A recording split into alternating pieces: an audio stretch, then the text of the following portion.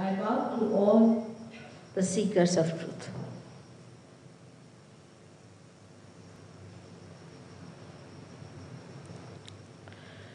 Just now, Albert has very clearly described to you the mechanism that is within us, which works out our self-realization.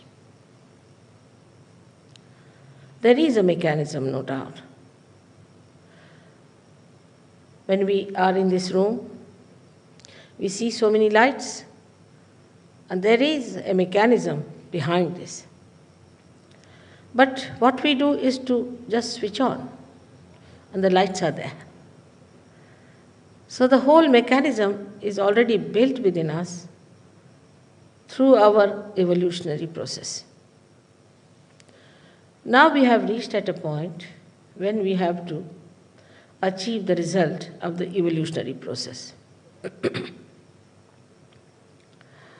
In the West, people had the quest to find out outside this body. I would say that they tried to find out the knowledge about the tree of life. But when the life is found out from outside, you can go up to a point. And the tree can also grow up to a point. You have to go to your roots. This is the knowledge of our roots. Now, to say that it comes from India or it comes from a particular region is not true. India being an ancient country, of course, they have been able to go deep into it. But even in the Bible, you get sentences like, I will appear before you like tongues of flames. And these sentences really looks like tongues of flames. Then in the Quran also, it is there called as Asas, the Kundalini. It describes that you have to be connected with God. Otherwise, whatever you do in the name of God, you will become cruel and you will be disintegrated. It's clearly said. Same thing in any religion that you read, that you have to have your self-realization. Every religion has talked of the spirit. Every religion has said that you must find out your spirit. Now, when we are ignorant about the spirit, and there are so many people in the market, which I say as a guru shopping going on, people don't know what to expect and what to find. What is self, what is spirit, and why should we get it? As I said, it is the epitome of our evolution. That you have to become the spirit, and that is the truth, that you are the spirit. If you are the spirit, then you have to achieve that state. By this way or that way, that is your birthright, is born with you. That's why we call it Sahaja Yoga. Sahaja means Saha is with, Ja is born with you. That is the yoga, the union with the divine. The divine is the all-pervading power of God's love, which is the subtle of subtler, all-pervading. It exists in everything, and you have to feel it. That's what we call as the cool breeze of the Holy Ghost. Cool breeze of the Holy Ghost. In the Bible, there's no description of Holy Ghost. This Kundalini is the reflection of that Holy Ghost. Holy Ghost is the desire of God. That's the power of God reflected within us as Holy Ghost, as Kundalini, in 3.5 coils, is our pure desire. All other desires that we have are impure. Because we have been desiring for this and that, economic laws are such that in general wants are not satiable. Why? Because those wants are not pure. So, this is the power of Kundalini which resides in the triangular bone within yourself. Now, when I am telling all this to you, you should not have a blind faith about it, but it's an hypothesis. If you are a scientific person, or if you have a very logical mind, then you must understand that you should not close your mind. You should be with an open mind and see for yourself. If this proves, then it's all right. But you should not be a person who is cynical, who is already challenging me, because what I am doing is to give you what you have, is to tell you what you have, which is your property. It's your own. I have nothing to do with it as such, but I can't also help it without telling you. This Kundalini has to rise from its seat, which she has shown just now, which is residing in the triangular bone, called as sacrum. Sacrum itself means sacred. That means the Greeks knew about this word, knew about Kundalini, that's why they called it sacred. Now, when this Kundalini rises through these various centers, she passes through 6 centers. The 7th center is below her. And this 7th center looks after the glory or the chastity, or we can say protects the mother Kundalini within us. Now, the first center is the most important center. And the first center is the center of our innocence.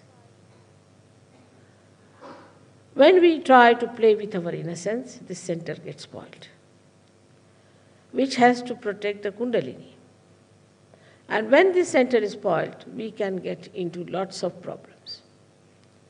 Nowadays, you can hear a big cry about this killer's disease, AIDS.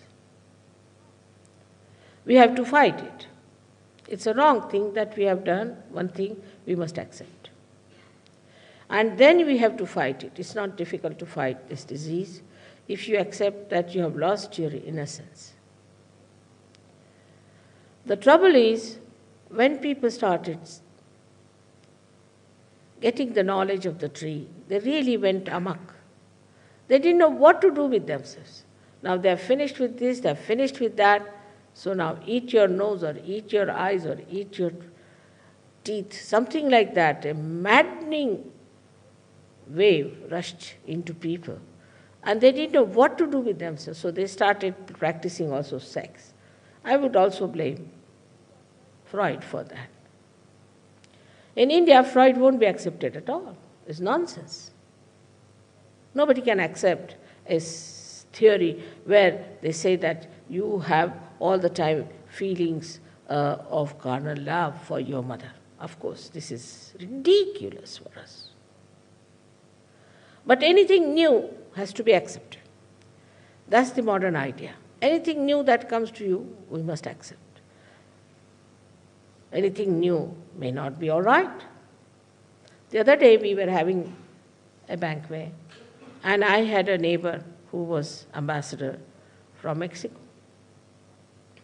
And he told me that, I know you don't like Freud and you like Jung, but Jung talked of the same old thing. I said, same old thing, but something new above it. Evolution takes place in that manner, that first you have the tree, and then you have the branches, then you have the leaves, and then you have the flowers, and then the flowers have the fruits. But if somebody just takes out a flower from somewhere and gives you, then you know that it's plastic. It must have some basis. It must have some tradition. It must be in our ancient books. It should be described by people who have lived before. Suddenly, if Mr. Freud comes up and says some new theory, it's like mushrooms. These people come up and start telling stories, and we believe in them. It's a fungus. Now, so I told the gentleman, I said, all right, we have eaten all kinds of food before. We haven't eaten the table. Why not we eat that? Because it's new.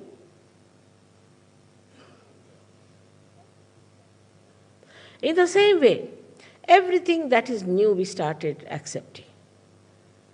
Because this is new, this is a new idea, we should get to it. And it's mad race, I tell you, it's a real mad race. All our attention goes to all these mad things. For example, now the fashions that have started. These are entrepreneurs who are materialists, who want to befool us. All the time changing one fashion to another to another. Now in England, you won't find anybody with any hair now left. Because poor things, they tried with this, that and that. Lastly, they came to punks. And when I said, now to punks, then what? They said, Mother, you are out of date. Now it is all bald heads. This is what is. We are giving up all our sense, all our thoughts to somebody who is making us play like this. Materialism is for us. We are not for materialism. Matter is for us. We have to dominate this matter. All the time, the spirit is dominating the matter.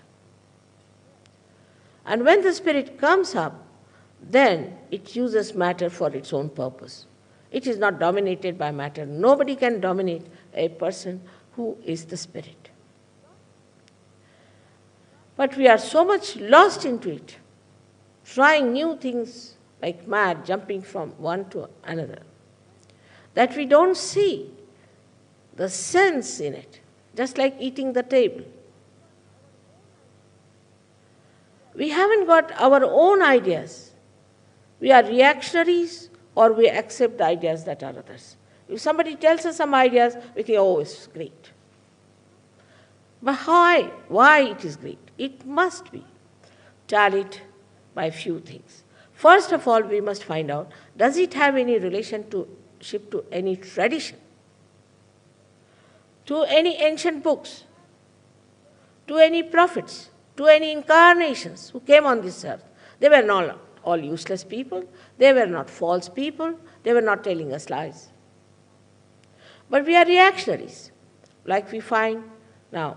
Christianity has failed. The churches have failed. So we react. No. Christianity may fail, but Christ doesn't fail.